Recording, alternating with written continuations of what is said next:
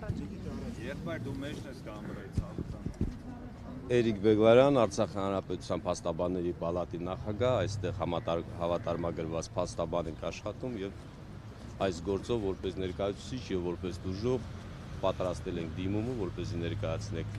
գլխավոր դատախազին, ինչու գլխավոր դատախազին, որովհետեւ մենք մեծ հույսեր ենք կապում, որ հենց գլխավոր դատախազի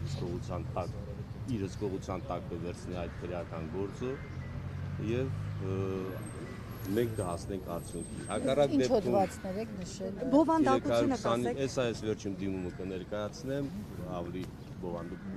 բոլորը բովանդակության։ Իսկ հիմա ես կցանկանայի ներկու բառով արտահայտվել Նիկոլ Փաշինյանի այն ժամանակ մետրոյում իր պահվածքը, գռեհիկ պահվածքը մեր արցախցի զոհված ազատամարտիկի աղջիկա նկատմամբ եւ կարծում եմ սա մնացել է անպատիժ եւ հիմա արդեն սովորական մարդիկ, ովքեր որ տեսնում են, որ իրենց ղեկավարը բացահայտ անհարգալից վերաբերմունք է ցուցաբերում զոհված ազատամարտիկի աղջիկա նկատմամբ, անվանելով նրան փախած, այն էլ իր երեխաների մոտ, իր երեխայի մոտ, մանկահասակ երեխայի մոտ, զարմանալին այն է, որ նա մի կնոջ է փախած անվանում, ում հայրը զոհվել է Արցախի պատերազմում, զարմանալին այն է, որ նա փախած է անվանում արցախցուն,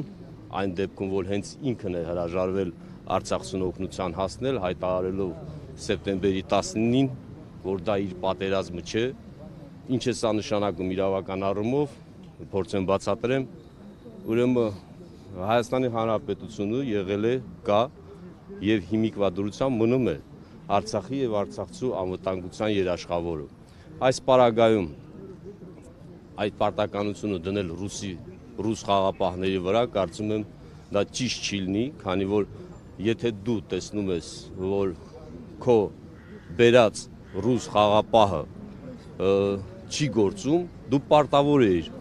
միջոցներ ձեռնարկեիր, որ առաջ կանգնեցնեիր այդ արհավիրքը, բայց դու չես արել դա, առավել եւս հայտարարես, որ մենք այդ պատերազմին չենք մասնակցելու, դե լավ, հաշվենք դու չես կարողացել, հնարավորություն չես ունեցել, խուսափել ես մեծ պատերազմից եւ այլն, ապա այդքանից հետո ինչու այստեղի ղեկավարությունը փորձում է արցախցիներին մեղադրել, ասելով նրանց փախածներ։ Ընդհանրապես մենք բոլորս գիտենք, որ սովորական, այն որ ասում է փողոցային ռազմորկանների մեջ, ընկերության մեջ, ով չի գալի իր ընկերոջը օգնում, նրան են պրետենզիա ներկայացնում, նրան են ասում ինչու չես եկել, բայց այս պարագայում գործել է այլ ընթացակարգ, այսինքն ինքն է ասում, որ մենք փախել ենք։ Դա չի համապատասխանում իրականությանը, մենք մնացել ենք մենակ,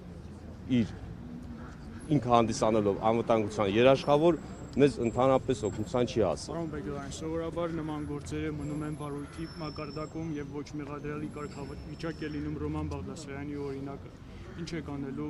որ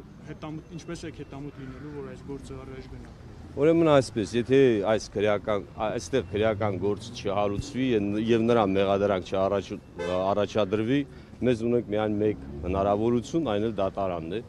Կարծում եմ, որ դատարանները ավելի ճիշտ լուծում կտան այս գործին, այստեղ բացահայտ 329-րդ հոդվածի 3-րդ մասը առկա է,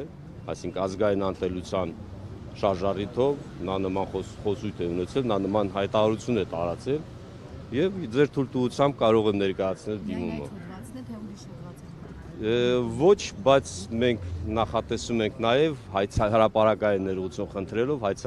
խնդրելու նպատակով դիմենք դատարան քաղաքայցով, որպեսզի նրան ստիպենք, որպեսզի հրապարակային ներողություն խնդրի։ Իսկ դուք կարծում եք դատա իրավական համակարգը անկախ է գործում։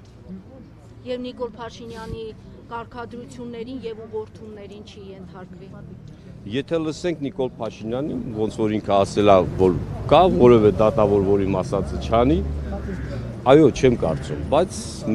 ես տեսնում եմ, որ գործեր կա, որ իրականում դատարանները կայացնում են ճիշտ եւ արդարացի որոշումներ։ Եվ հույսով եք դա